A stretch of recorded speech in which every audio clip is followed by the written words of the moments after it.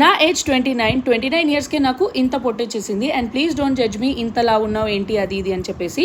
నాకు 2 పిల్లలు ఉన్నారండి. ఎప్పుడు నేను ఎక్సర్సైజ్ చేద్దాం అనుకున్నా కానీ కంటిన్యూగా ఒక 1 వీక్ చేస్తాను, దాని తర్వాత మళ్ళీ నా రొటీన్ అది స్టార్ట్ అయిపోతుంది. సో నాలాగా ఎవరైనా రిలేట్ అయిన వాళ్ళు ఉంటే కమెంట్స్లో చెప్పేసేయండి, కానీ ప్లీజ్ ఆ పని చేయకండి. ఎందుకంటే నేను ఇప్పుడు చాలా సఫర్ అవుతున్నాను.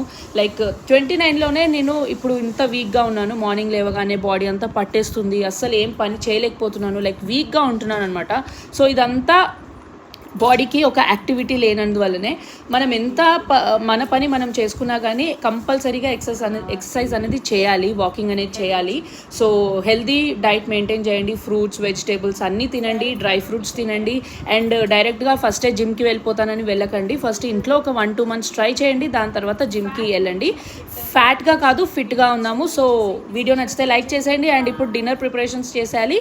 సబ్స్క్రైబ్ చేయలేదంటే సబ్స్క్రైబ్ కూడా చేసేయండి. బాయ్.